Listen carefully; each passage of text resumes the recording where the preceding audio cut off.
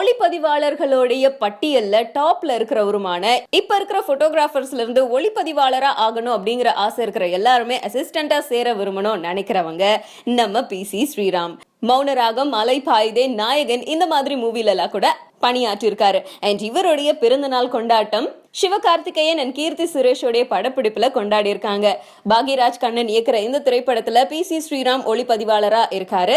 So அவங்களோட கூட்டணியில இவருடைய பர்த்டே செலிப்ரேஷன் ரொம்ப பிரமாதமா நடந்திருக்கு. சிவகார்த்திகேயன் PC ஸ்ரீராம் பத்தி சொல்லும் போது, இவர்கிட்ட இருக்கிற ஹியூமர் சென்ஸ் எல்லாருமே கத்துக்க வேண்டியது.